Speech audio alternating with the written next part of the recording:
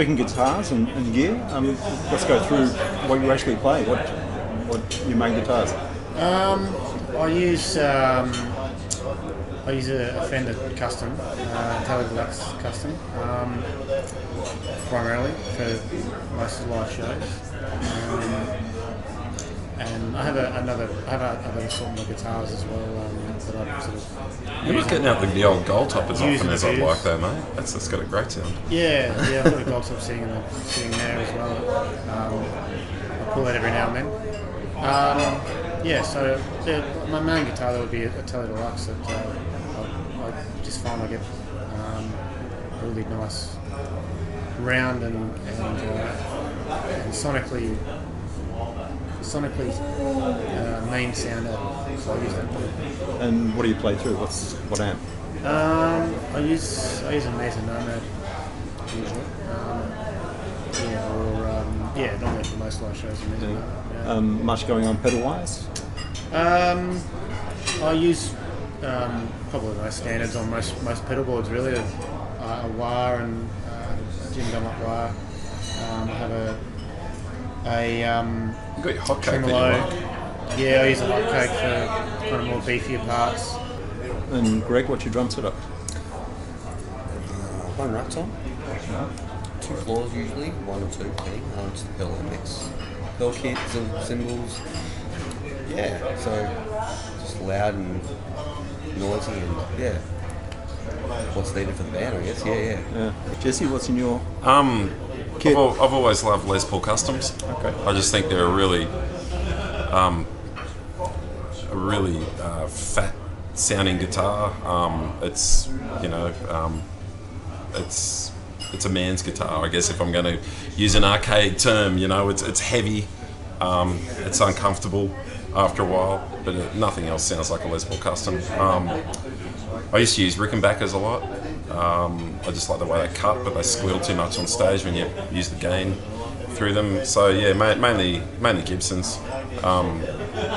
Used to have an old orange amp that I loved, but it only really did one sound, but it was a great sound. But I've gone back to an old late 70s Marshall JMP 2203, which is, I guess, the first edition of the JSM 800s.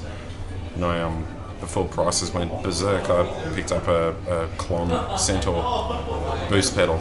They go for hideous amounts of money these days, but I got mine for next to nothing. So I just use that to drive the amp into the really heavy distortion, and then just pull the guitar volume back when I want to clean it up.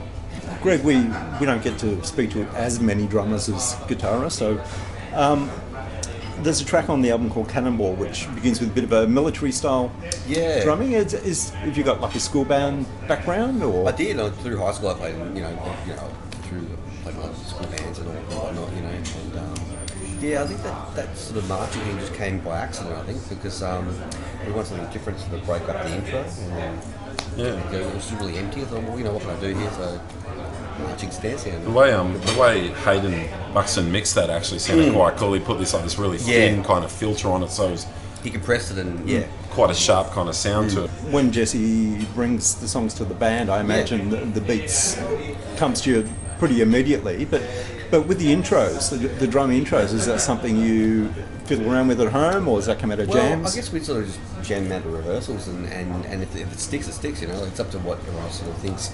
Lots of ideas, and if it works, then they like it. So it's a team effort, So you got to write stuff that challenges yourself as well. Totally. So you don't want to get bored just playing. No, we're getting more sort of into that progressive side. I mean, we're doing a lot, punk rock, but alternative. But we're sort of leaning towards that progressive side of things, where we a lot of weird times changes, which makes it interesting for rhythmically for me and for the whole band, really.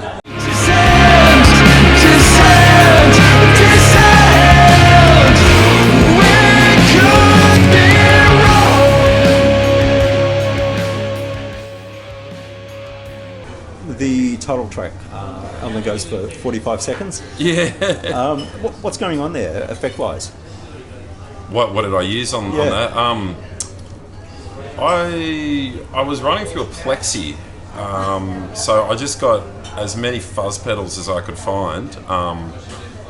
We did a couple of takes, so the guitar's doing just those shifting chords, as much fuzz as I could possibly get out of these pedals, and as loud as I can make the amp go. But I actually, now that you mention that, I remember tracking that and watching the amp vibrating its way towards the edge of the quad box through the window at Matt's studio at Colour Sound, and the bloody amp actually fell off.